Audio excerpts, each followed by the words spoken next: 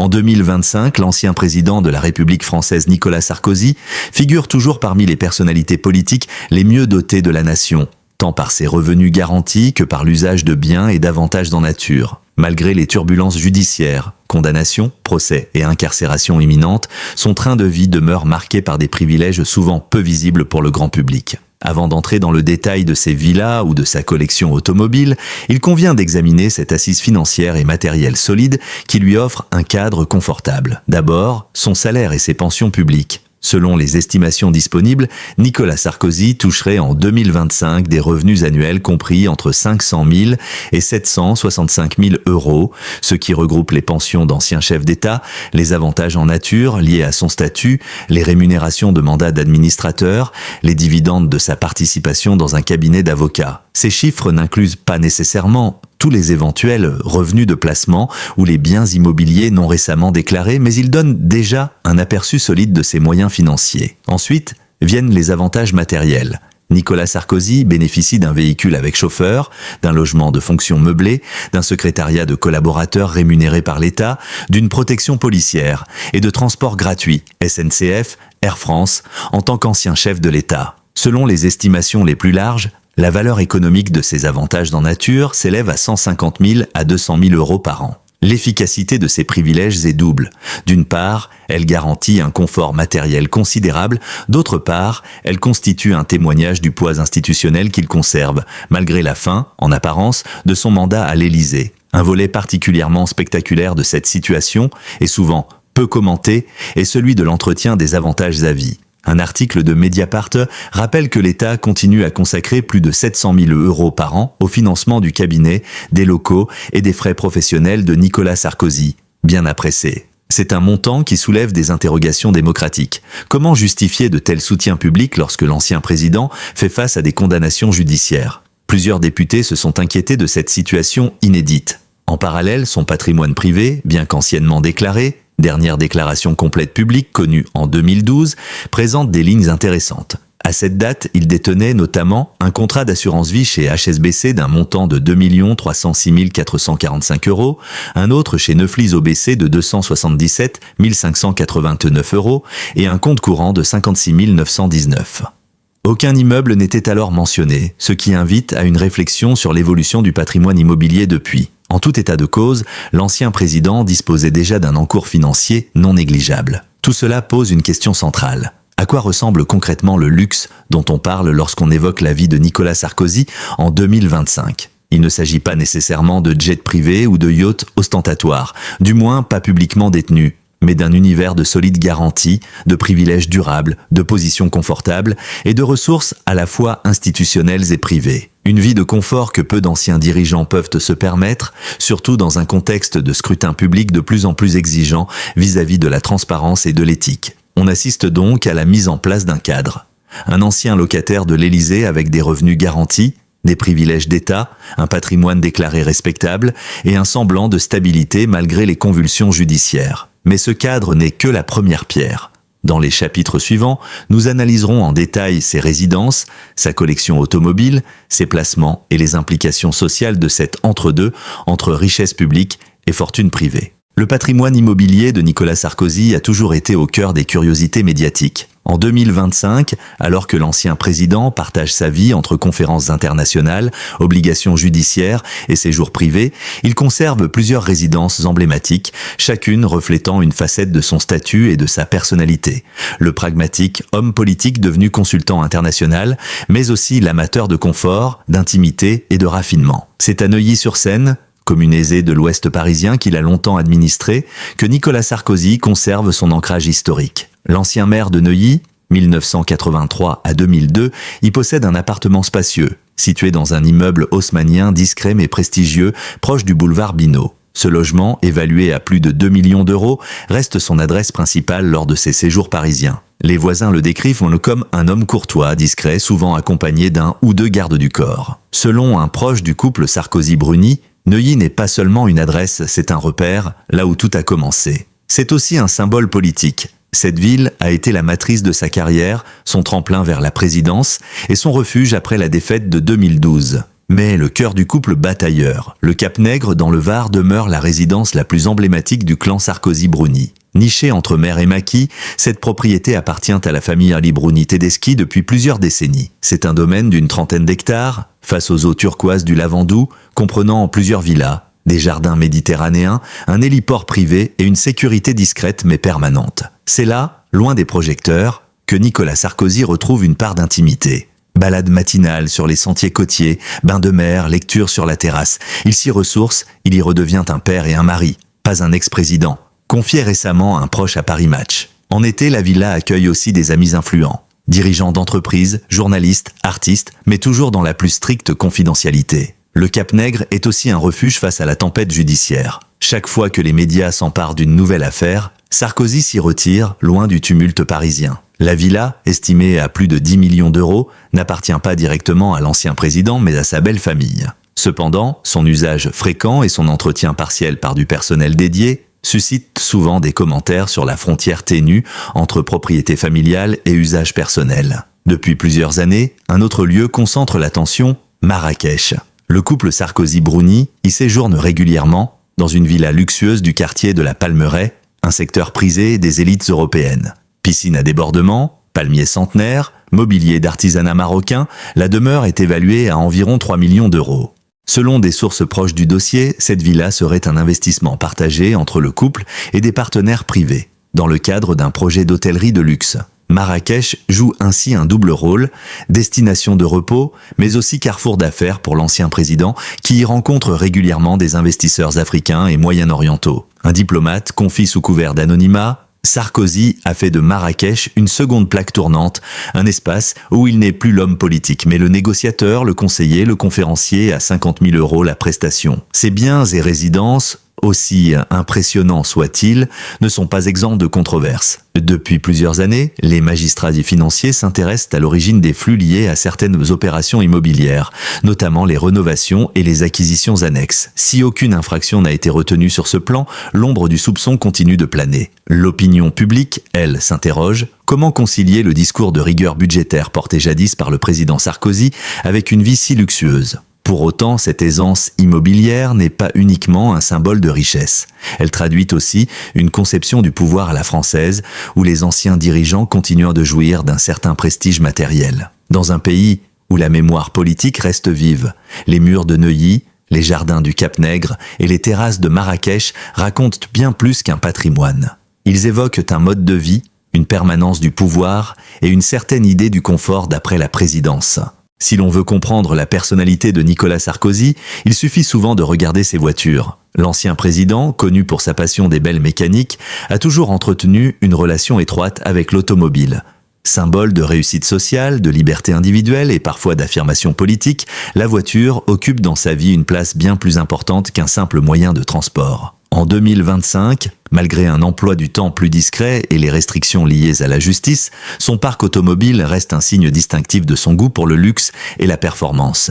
Sous sa présidence, Nicolas Sarkozy s'était déjà distingué par son intérêt pour les voitures officielles haut de gamme. Il avait choisi pour les cérémonies d'État une Citroën C, 6 blindée, symbole d'un luxe à la française. Mais en privé, ses goûts l'ont toujours porté vers les marques allemandes, notamment Audi, Mercedes-Benz et Porsche. Aujourd'hui, selon plusieurs sources proches du couple, Sarkozy disposerait encore d'un garage privé réunissant plusieurs véhicules emblématiques.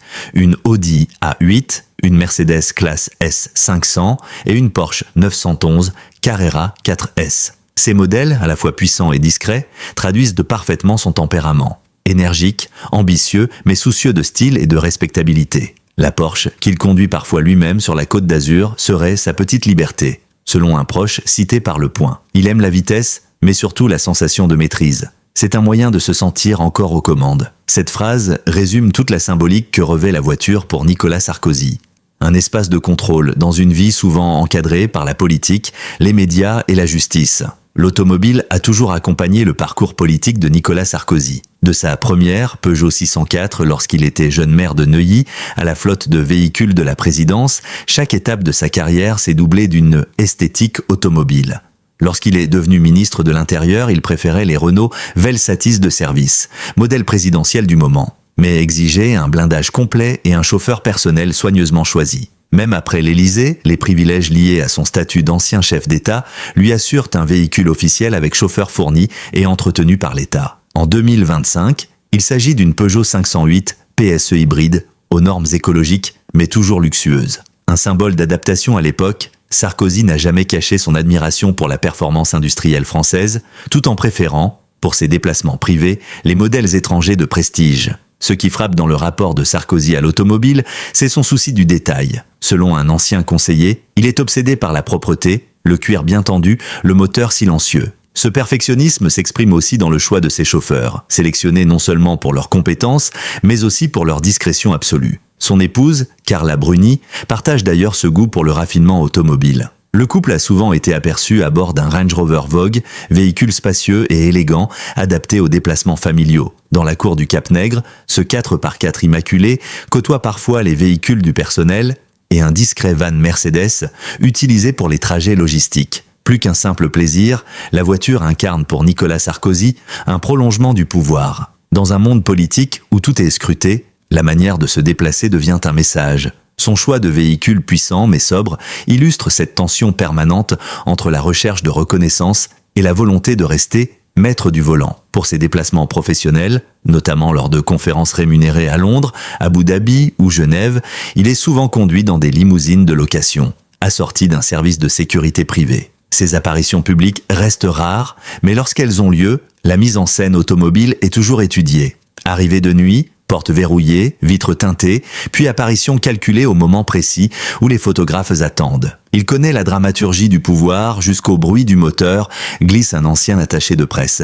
En 2025, la relation de Sarkozy à la voiture reste presque intime. Dans un monde politique tourné vers l'écologie et les mobilités douces, il incarne une génération pour laquelle l'automobile représentait le progrès, la conquête et la réussite. Certains y voient une forme d'anachronisme, d'autres une fidélité à une époque révolue. Mais quoi qu'on en pense, ces véhicules racontent quelque chose d'essentiel. Le goût de Nicolas Sarkozy pour la mise en scène du pouvoir et le culte de la performance. Dans son garage, chaque voiture raconte une étape, une victoire, une image à contrôler. Et même si le bruit du moteur est aujourd'hui plus discret, le symbole, lui, reste intact. Celui d'un homme qui refuse de freiner, même sur la route du temps. Derrière les apparences d'un homme apaisé, retiré du tumulte politique, Nicolas Sarkozy continue de cultiver un empire financier personnel impressionnant. En 2025, à 70 ans passés, il demeure un acteur influent dans les sphères économiques, mêlant habilement réseau, expertise et prestige. Loin des projecteurs de l'Élysée, l'ancien président a su transformer sa notoriété en une véritable machine à revenus. Depuis son départ de l'Élysée, Nicolas Sarkozy a multiplié les interventions internationales. Ses conférences, données à travers le monde, sont devenues une source majeure de revenus, entre 50 000 et 100 000 euros par prestation selon les thèmes et les publics. Il intervient principalement devant des banques d'investissement, des fonds souverains et des universités prestigieuses. Thème favori, la géopolitique, la gouvernance européenne, le leadership en temps de crise. Ces conférences, organisées via des agences spécialisées à Londres et à Genève, lui assurent un revenu annuel, l'estimé à plus de 800 000 euros selon plusieurs médias économiques. À cela s'ajoutent les déplacements pris en charge par les organisateurs, vols en classe affaires, hôtels 5 étoiles, services de sécurité privés. Sarkozy est en quelque sorte devenu une marque mondiale, celle du président français qui parle sans filtre, avec autorité, mais sans fonctions officielles. Mais l'essentiel de sa fortune ne vient pas seulement de ses apparitions publiques. Depuis plusieurs années, Nicolas Sarkozy siège au conseil d'administration de plusieurs sociétés internationales. Il est notamment consultant pour des groupes liés à la finance, l'énergie et l'immobilier de luxe. En 2020, il avait été nommé au conseil stratégique du groupe Accor avant de s'en retirer. D'autres missions de conseil plus discrètes se poursuivent, notamment en lien avec les Émirats arabes unis et certains fonds d'investissement africains. Ces collaborations, bien que légalement encadrées, restent sujettes à débat. Comment séparer l'ancien président de l'homme d'affaires ? Un proche confiait récemment à Les Échos, Sarkozy n'a pas arrêté de travailler, il a simplement changé de scène. Là où il négociait des réformes, il négocie désormais des contrats. Un patrimoine diversifié et bien géré. Le patrimoine de Nicolas Sarkozy s'articule autour de 3 piliers financiers. Les placements mobiliers, assurance vie, portefeuille d'actions, obligations à rendement stable, les investissements immobiliers, participation indirecte via des sociétés familiales, les droits d'auteur et royalties. Ses livres politiques, notamment Le temps des tempêtes et promenades, se sont bien vendus, lui rapportant plusieurs centaines de milliers d'euros. En 2025, sa fortune personnelle serait estimée à entre 8 et 10 millions d'euros selon plusieurs observateurs économiques. À cette somme s'ajoutent les biens détenus conjointement avec Carla Bruni, elle-même propriétaire d'un patrimoine estimé à plus de 20 millions d'euros, incluant ses droits musicaux, ses biens familiaux et ses investissements artistiques. Ensemble, ils forment un couple au sommet d'une aisance rare, mais souvent contestée. Cette prospérité n'a pas échappé aux magistrats. Certaines enquêtes financières ont exploré les circuits de financement de ses activités de conseil et les liens entre ses contacts internationaux et d'anciens réseaux politiques. Si aucune condamnation définitive n'a été prononcée sur ces aspects, les soupçons persistent. Les observateurs notent également la frontière poreuse entre la notoriété politique et les avantages économiques qu'elle procure. En 2023, la Cour de discipline budgétaire avait déjà pointé du doigt le manque de transparence autour de certaines missions rémunérées à l'étranger. Rien d'illégal, mais une accumulation de zones grises qui alimente le débat public. Il serait impossible de parler des finances de Nicolas Sarkozy sans évoquer Carla Bruni. L'ex-première dame, chanteuse et héritière du groupe immobilier Bruni Tedeschi, est bien plus qu'un atout d'image. Ensemble, ils gèrent leurs affaires comme un duo d'investisseurs. Placements artistiques, immobilier de prestige, fondations caritatives. Leur stratégie repose sur un équilibre parfait. À lui, les conférences, les conseils, les relations politiques, à elle, la culture, la musique, le prestige social. Ce modèle leur permet de maintenir une image d'élégance et de respectabilité tout en consolidant leur patrimoine familial. Nicolas Sarkozy, souvent critiqué pour son goût du luxe, se défend aujourd'hui avec calme. « J'ai travaillé toute ma vie, je n'ai jamais volé personne ». Une phrase souvent répétée devenue presque une devise. En réalité, son mode de vie est à la fois le fruit d'un travail acharné et d'une position institutionnelle unique. Peu d'anciens dirigeants européens ont su aussi bien capitaliser sur leur image après la présidence. À la croisée de la politique et des affaires, il a bâti un équilibre fragile mais efficace, celui d'un homme qui a quitté le pouvoir sans jamais l'abandonner complètement. En 2025, Nicolas Sarkozy n'est plus seulement un ancien président de la République. Il est devenu un symbole ambivalent, à la fois admiré pour sa réussite et critiqué pour son train de vie. 15 ans après avoir quitté l'Élysée, l'homme demeure au cœur d'un paradoxe, celui d'un dirigeant qui prônait l'effort et la rigueur, mais dont l'existence est aujourd'hui marquée par le confort, le privilège et le luxe. Entre admiration, méfiance et fascination, la France se divise encore sur le cas Sarkozy. Pour ses partisans, Nicolas Sarkozy reste un modèle de ténacité. Loin de se retirer, il continue à travailler, à écrire, à intervenir dans les médias. Il ne s'est pas resté immobile, résume un ancien ministre. Cette énergie perpétuelle séduit une partie du public, notamment ceux qui voient en lui un self-made président issu de la méritocratie et non des grandes dynasties politiques. Dans cette lecture, sa réussite financière serait la continuité logique d'une vie d'effort, avocat de formation, ministre de l'Intérieur combatif, chef d'État réformateur, puis conférencier international respecté. Il a su transformer l'expérience politique en valeur économique, écrit Le Figaro. Un capitalisme du prestige, assumé et revendiqué. Mais cette vision héroïque ne fait pas l'unanimité. À gauche comme chez de nombreux citoyens désabusés, on dénonce une présidence à vie du luxe, où l'homme politique se serait mué en marchand d'influence. Certains voient dans ces contrats privés à l'étranger une forme de recyclage du pouvoir, moralement douteux, sinon illégal. L'ex-président n'a jamais vraiment quitté la scène, ironise un chroniqueur de Libération. Il a simplement changé de décor, troquant l'Élysée pour les palaces. L'opinion française reste partagée. Les enquêtes d'images montrent que Nicolas Sarkozy continue d'inspirer une forme de fascination. Son style direct, son allure de chef, son couple glamour avec Carla Bruni entretiennent une aura médiatique rare. Pour beaucoup, il incarne la réussite à la française, celle d'un homme parti de rien, arrivé tout en haut. Pour d'autres, il symbolise les dérives d'une élite politique qui s'enrichit après le pouvoir. Les débats se multiplient sur les plateaux télé. Un ancien président doit-il pouvoir monnayer son expérience ? Doit-il vivre comme un citoyen ordinaire ou comme un ambassadeur permanent de la France ? Les réseaux sociaux, eux, se montrent souvent plus sévères. Sur X, anciennement Twitter, les internautes raillent ses séjours à Marrakech ou ses conférences rémunérées, accusant Sarkozy d'avoir transformé la République en business model. À l'étranger, l'image de Nicolas Sarkozy est différente. Dans les pays du Golfe, en Asie et en Amérique latine, il est perçu comme un conférencier prestigieux, un expert politique dont la parole a une valeur stratégique. Sa proximité, passée avec des dirigeants mondiaux, de Vladimir Poutine à Barack Obama, nourrit sa crédibilité dans les cercles diplomatiques. En revanche, en Europe du Nord, on observe souvent un mélange de curiosité et d'incompréhension. Comment un ancien chef d'État condamné à la prison peut-il continuer à donner des leçons de gouvernance ? Lui, impassible, répond avec détachement « Les Français sont libres de juger, mais je n'ai pas de compte à rendre sur la manière dont je vis, seulement sur ce que j'ai fait pour mon pays. Cette attitude illustre bien le paradoxe sarkozyste.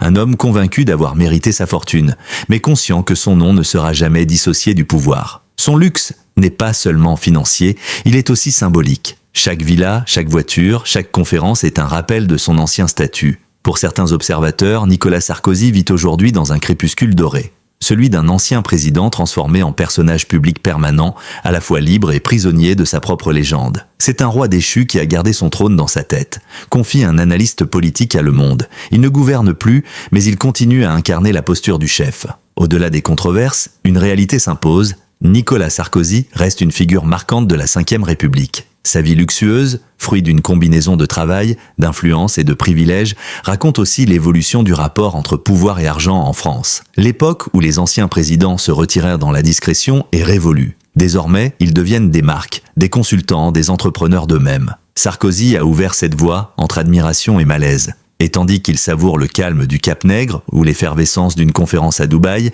il semble porter sur son visage le sourire satisfait de celui qui a gagné son pari.